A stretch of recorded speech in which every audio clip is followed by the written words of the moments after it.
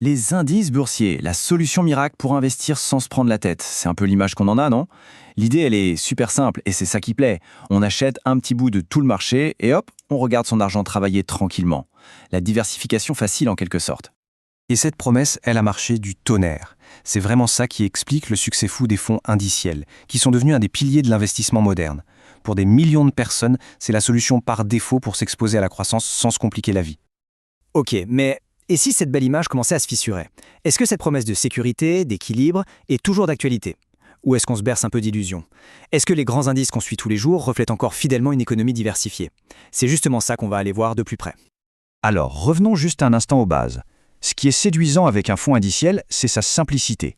On achète un produit qui suit, disons, le S&P 500 et on s'imagine qu'on possède une part bien équilibrée des 500 plus grandes entreprises américaines. C'est l'antidote au risque, la tranquillité d'esprit à portée de main. Sauf que, voilà, cette belle façade, elle commence à se craqueler. Prenons justement le S&P 500, un des indices les plus connus au monde. Eh bien, il est peut-être devenu beaucoup plus risqué et surtout bien moins diversifié qu'on ne le croit. Une analyse de BDL Capital Management a mis le doigt sur un truc super intéressant. 4 grandes fragilités. Une concentration extrême sur une poignée d'actions, un gros penchant pour le style croissance, la domination d'un seul secteur et des valorisations qui semblent un peu stratosphériques. Regardez ça. Le secteur de la technologie, à lui seul, pèse pour 40% de l'indice. 40%, c'est énorme. Pour vous donner une idée, pour retrouver un tel niveau de concentration sur un seul secteur, il faut remonter aux années 50 avec l'énergie. On est donc très loin d'un portefeuille bien équilibré. Et attention, ce chiffre-là est encore plus parlant. La moitié de la valeur de tout l'indice repose sur seulement 23 entreprises. Autrement dit, on pense acheter 500 entreprises, mais en fait, la performance de notre investissement dépend d'une toute petite vingtaine d'entre elles. La promesse de diversification en prend un sacré coup, non? Alors, ce problème de concentration, ce n'est pas juste un truc qui concerne le S&P 500.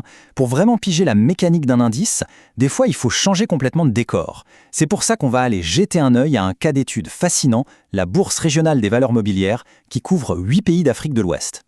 Regardez bien ce graphique, parce qu'il raconte une histoire assez folle. On a 2 indices de la même bourse, le BRVM 30 et le BRVM Prestige.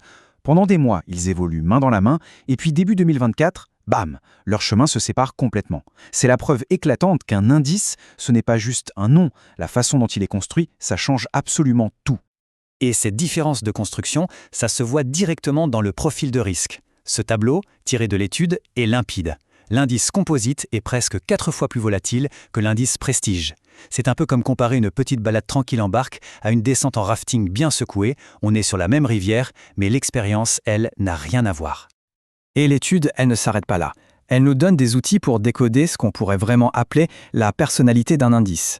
Comprendre ces 2 concepts, c'est un peu comme apprendre à lire entre les lignes du marché. Le premier concept, c'est la persistance de la volatilité.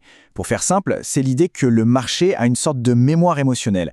Une journée de panique a de bonnes chances d'être suivie d'une autre journée de panique. Une période de calme a tendance à s'installer. L'étude a montré que les 3 indices de la BRVM ont ce trait de caractère. Les chocs, qu'ils soient bons ou mauvais, ils laissent des traces.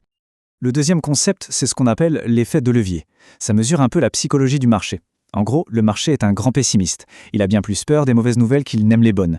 Une baisse inattendue des prix va créer une onde de choc beaucoup plus forte qu'une hausse équivalente. Et c'est là que c'est génial, parce qu'on voit vraiment la personnalité de chaque indice. Le BRVM 30 et le Prestige, on pourrait dire que ce sont les stoïques du groupe. Ils réagissent aux bonnes comme aux mauvaises nouvelles sans céder à la panique. Par contre, l'indice composite, lui, c'est le grand angoissé. Il surréagit à la moindre mauvaise nouvelle avec des pics de volatilité bien plus forts quand les prix baissent. Il a une personnalité beaucoup plus craintive. Bon, ok. Mais on fait quoi de tout ça, maintenant? Comment on passe d'un investissement un peu passif à un investissement vraiment averti? L'idée, ce n'est pas de tout jeter, mais plutôt d'adopter une nouvelle grille de lecture, une nouvelle façon de regarder le marché. En fait, ça tient en 2 étapes clés. D'abord, regardez au-delà du nom. S&P 500, BRVM Composite, ce ne sont que des étiquettes. Ce qui compte, c'est ce qu'il y a dedans. Et ensuite, il faut apprendre à connaître leur personnalité. Comment est-ce qu'ils réagissent sous pression? Quelle est leur mémoire des crises passées? Au final, le vrai débat, ce n'est plus de savoir s'il faut être passif ou actif. La vraie clé, c'est d'être un investisseur conscient.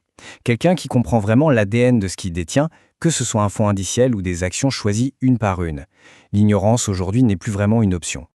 On arrive au bout de cette analyse. La question, au fond, ce n'est pas de savoir si les indices nous mentent, mais plutôt de savoir si on a pris la peine de les écouter, de les comprendre. Alors, la question qui reste est la suivante. Connaît-on vraiment la personnalité de son portefeuille ou est-ce qu'on navigue un peu à l'aveugle ?